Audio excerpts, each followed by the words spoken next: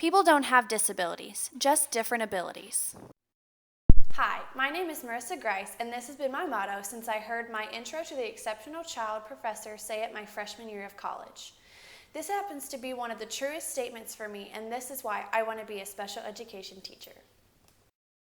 A lot of the time, people disregard those with disabilities. They believe that they cannot do everything that everyone else can do, but they could not be more wrong. Students with disabilities just have a different way of completing these tasks. I believe that my mission as a special education teacher is to instill in my students' minds that they can do all things. They just have to find their specific way of completing the task and to never let the world tell them that they can't. Frank Zappa once said, "Without deviation from the norm, progress is not possible. I want this to be a key point in my classroom so that my students understand that they are not dumb or slow for not finishing work like the rest of the class, but that they just need to deviate from the norm."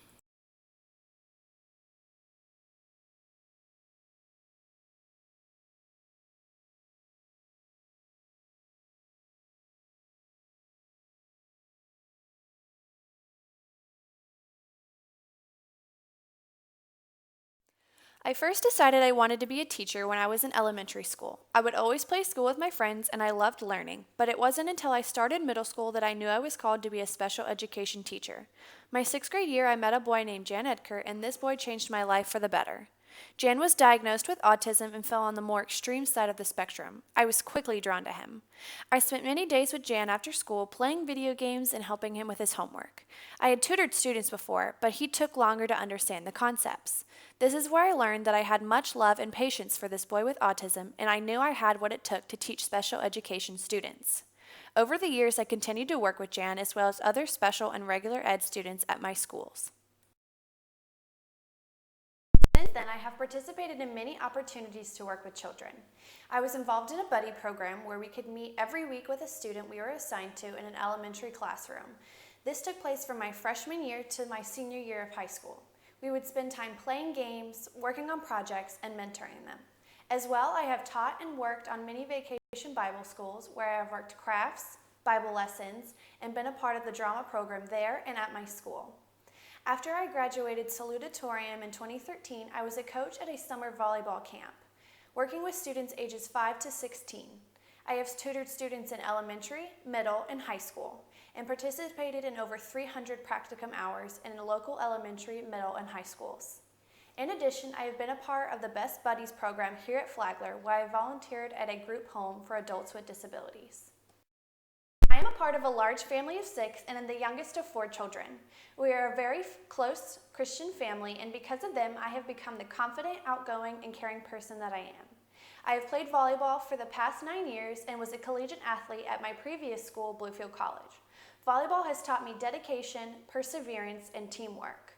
While my family, faith, and volleyball has shaped me into the person I am today, an event that occurred on January 15th, 2014 changed my life forever. One cold, wintry Virginia night, I went out sledding with some of my friends. Little did we know that this was going to be a night that we would never forget. That night, I got into an accident that changed my life and my perspective forever. Sledding down the hill, lost in a cloud of snow, I did not know that we had fallen off and were racing towards the corner of a cinder block building. As we slammed into the building, my body being pinned against it by my roommate, 3 of my transverse processes broke off, causing 6 muscles to tear, nerves to be damaged, and my head to slam into the building, causing the worst concussion possible before permanent brain damage. I was rushed to the hospital, examined, and when it was determined that they did not have the resources to help me, I was airlifted to a more advanced hospital in Roanoke.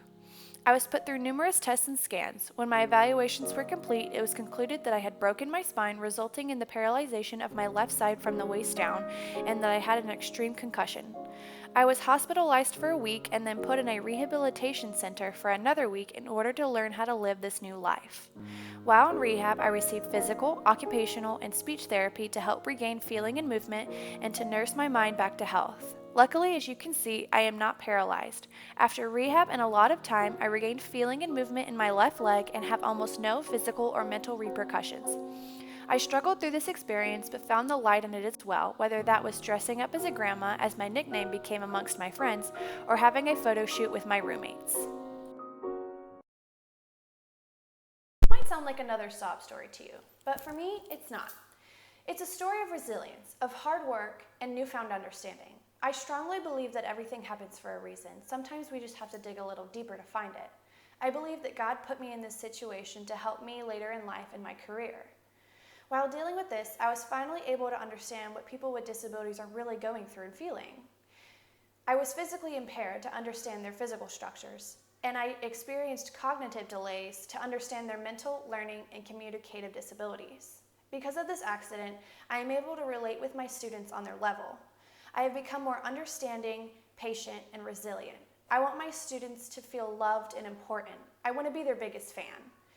I believe wholeheartedly that this accident prepared me more than anything to become a special education teacher, because sometimes it's not about what gets you down, but how you get up afterward. Thank you for watching. I hope this has given you a little more insight on who I am and who I want to be as a teacher.